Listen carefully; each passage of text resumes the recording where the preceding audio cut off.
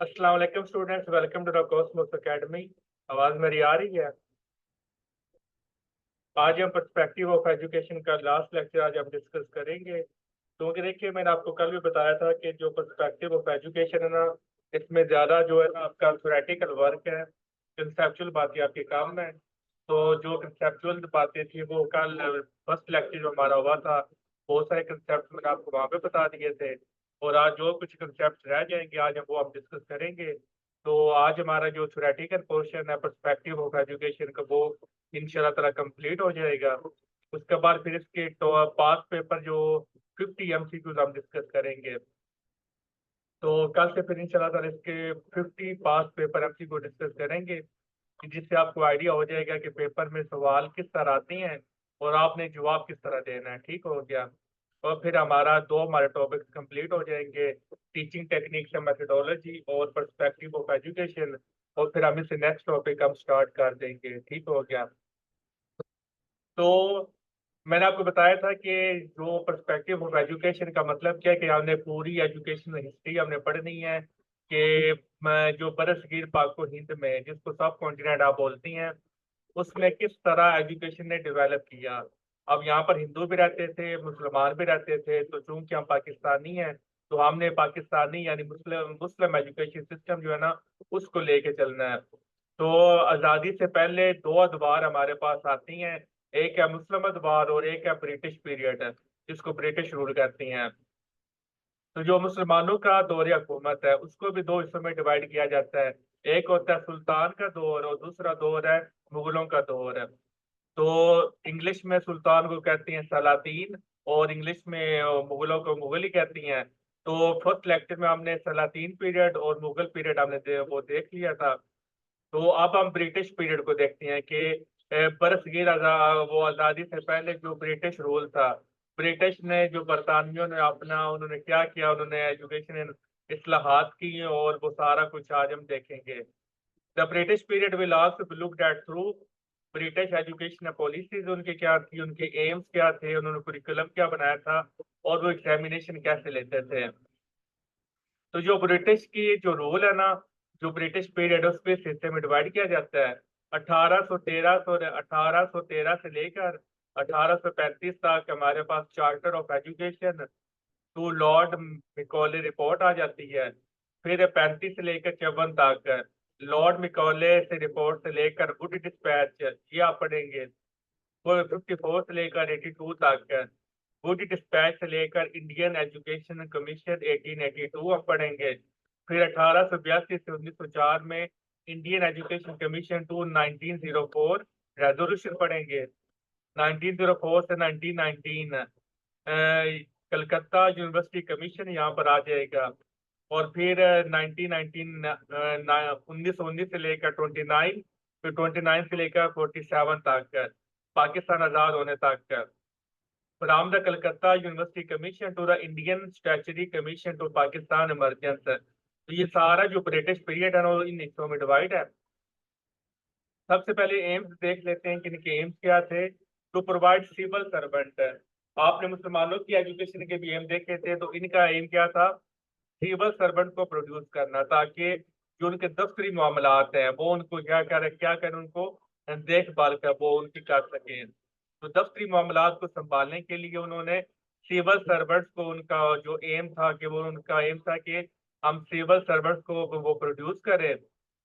To preach Christianity, क्योंकि जो यूरोपी होती हैं, जो बरतानिया में वो ज्यादा वहाँ पर क्रिश्चियन होती हैं, अपने मजहब की तबलीग करना। To promote western civilization and culture, बरसगीर पाको हिंद में वेस्टर्न सिविलाइजेशन और कल्चर को इंट्रोड्यूस करवाना थ्रू एजुकेशन सिस्टम, ये याद रखिएगा। प्रमोट वेस्टर्न एजुकेशन, और वेस्टर्न एजुकेशन को प्रमोट करना। इनके कुरिकुलम में क्या आ जाता है, इंग्लिश लैंग्वेज आ जाती है, लिटरेचर आ जाता है, history, economics, political science, science. तो सारे जो है ना, जिसको आज हम पढ़ते हैं, जिसकी आज बड़ी मांग है, वो सारे इनके कुरिकुलम में शामिल था। तो मुसलमानों के दौर में कोई बाकायदा रूल नहीं था एग्जामिनेशन का। मुसलमानों के दौर में क्या होता था कि अ, बच्चे पढ़ते थे और टीचर साथ साथ उनको इवेल्युएट करते रहते थे, उनका ओरल टेस्ट ले लिया, इस तरह उनको कुछ प्रैक्टिस उनसे ले ली। दूसरा वो टीचर ना असेसमेंट करते रहते थे बच्चों की। याद रखिएगा, मुसलमानों के अतबार में नो एग्जामिनेशन, बच्चों का कोई बाकायदा एग्जाम नहीं होता था।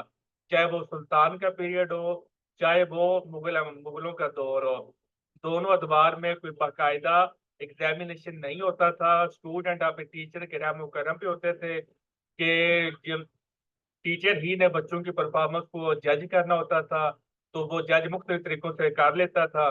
तो जिसको लगता था कि ये बच्चा उसको अब ये इसने अच्छा खासा पढ़ लिया है, ये सही जा रहा है, तो उसको अगली क्लास में प्रमोट कर दिया जाता था। फिर अगली क्लास का टीचर वो इसी तरह लेके चलता था, उसको लगता था कि इसने अच्छा काम कर लिया, ये फर्मा बरदार है, तो वो फिर आगे उसको अगली क्लास में ट्रांसफर कर देता था।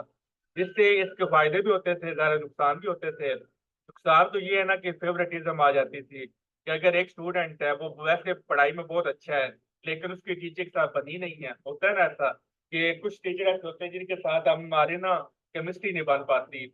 तो जैसे टीचर्स के साथ जिन्हें वो बन नहीं पाती थी, तो वो बेचार है कि एक इंसान है, जब उसको स्टूडेंट के साथ उसकी नहीं बनती, और आपने भी देखा होगा कि कुछ टीचर ऐसे होते हैं कि उनके स्टूडेंट के साथ ही बनती। कुछ स्टूडेंट उन्हें बड़े अच्छे लगती हैं और कुछ स्टूडेंट उन्हें जहर लगती हैं। तो ऐसे जो स्टूडेंट होंगे फिर तो उनका बड़ा नुकसान होगा ना। तो इस तरह यहाँ पर ना मुस्लिम अदवार में ये वो आप कह सकते हैं कि यहाँ पर ना काफी वो खराबियां मौजूद थी, कि वो पढ़ाने में तो उन्होंने अपना सारा कुछ जब उन्होंने डेवलप कर लिया, कुरिकुलम डेवलप किया, अच्छी अच्छी वो मतलब नॉलेज देने की पूरी कोशिश की, लेकिन जो बच्चों की वैल्यूएशन वाला जो प्रोसेस है ना, यहाँ पर मुसलमान यहाँ पर वो थोड़ा सा ना काफी ज्यादा मेरे ख्याल से उन्होंने ना यहाँ पर अपना बैकलैश छोड़ दिया।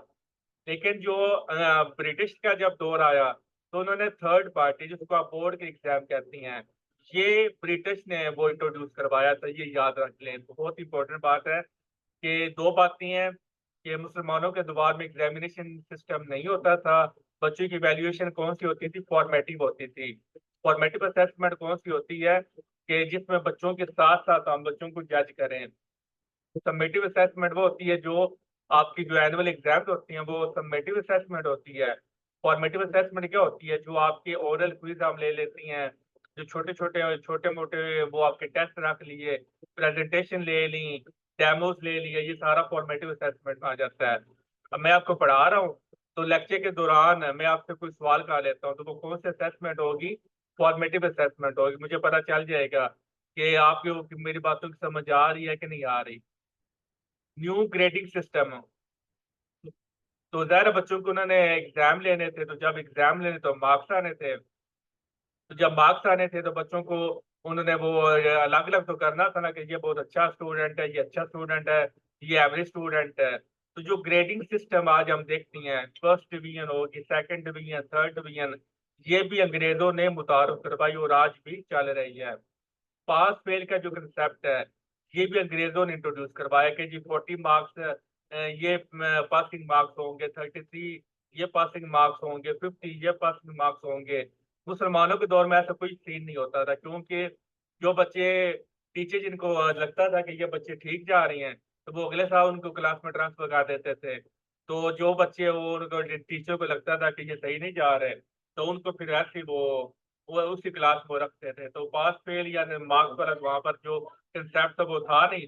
लेकिन जो बरतानवी एतबार है, यहाँ पर पूरा उन्होंने एग्जामिनेशन थर्ड पार्टी से लिया, ताकि जो टीचर पढ़ा रहा है वो एग्जाम ना ले, बल्कि जो तीसरा बंदा वो एग्जाम ले। इससे क्या होगा? बच्चे की जो रियल वैल्यूएशन है वो हम कर सकते हैं। तो हमें पूरा पता चल जाता है कि क्योंकि ज़रा टीचर जब एग्जाम लेते हैं तो बहुत सारे टीचर वो उनको पता होता है कि मेरे जो बच्ची हैं ये इस चीज़ में ज़्यादा अच्छी हैं, इस चीज़ में वीक है, वो उस हिसाब से टेस्ट बना लेता है। तो जो थर्ड पार्टी एग्जाम होता है ये काफ़ी टफ हो जाता है, क्योंकि उसको ना तो बच्चों को पता होता है कि हमारा एग्जाम किसने लेना है, ना उसको पता होता है कि बच्चों के एग्जाम, बच्चों की जो स्टडी लेवल किस तरह के, बच्चों को कौन सी चीज़ अच्छी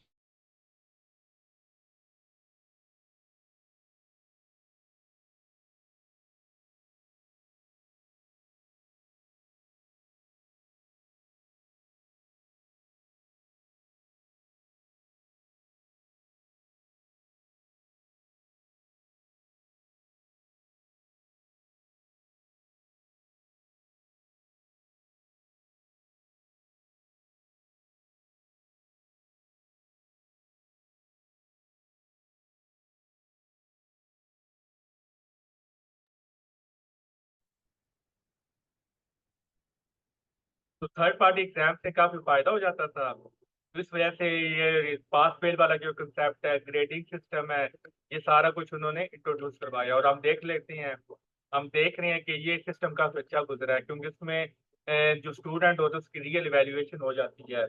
फेवरेटिज्म जो मुसलमानों के द्वार में जो होता था, जैसे मैंने आपको बताया, उसका खात्मा हो गया, क्योंकि जब तीसरे बंदे ने एग्जाम लेना है तो फिर तो फेवरेटिज्म यहाँ पर आ नहीं जाती, क्योंकि उसको ना तो बच्चों का पता होता है, बच्चों को ना टीचर का पता होता है जिसने एग्जाम लेना है। तो इसलिए फेवरेटिज्म का खात्मा हो गया। अनफेयर, लेकिन इसका ये नुकसान हुआ कि जो मुसलमानों के दरबार में ये चीजें तो नहीं थी होती, पहली चार, सॉरी पहली तीन चीजें नहीं होती थी, क्योंकि एग्जाम ही नहीं होते थे। जब एग्जाम नहीं होते थे तो फिर चीटिंग वाला बात ही नहीं थी होनी, क्योंकि टीचर ही ने बच्चों को असेस करना था, बच्चों को जज करना था। सारा डिपेंडेंस टीचर पे होती थी, बच्चे टीचर के रहम करम पे होते थे मुसलमानों के दरबार में। लेकिन बरतानवी दरबार में उन्होंने जो टीचर पर जो डिपेंडेंसी है, टीचर की जो उन्होंने वो रोल था उसको कम कर दिया, और उन्होंने एग्जाम को उन्होंने इंट्रोड्यूस करवा दी है। और जब एग्जाम इंट्रोड्यूस होते हैं तो जाहिर है कि बच्चे उसको पास करने के लिए चीटिंग वगैरह का वो सहारा लेती हैं। तो अनफेयर मीन्स और चीटिंग का यहाँ से दरवाजा खुल गया। ठीक हो गया। तो अभी आपको यहाँ पे क्लास एंड करती हैं, और 10 मिनट बाद आपकी दोबारा क्लास होगी, और यहाँ पर हम पढ़ेंगे चार्टर एक्ट 1813। ठीक हो गया। इसी लिंक से आपने दोबारा ज्वाइन करना है। 8:10 पर आपकी दोबारा क्लास होगी, और यहाँ से हम स्टार्ट करेंगे। ठीक है फरीजा, मदीया और नजमा नूर।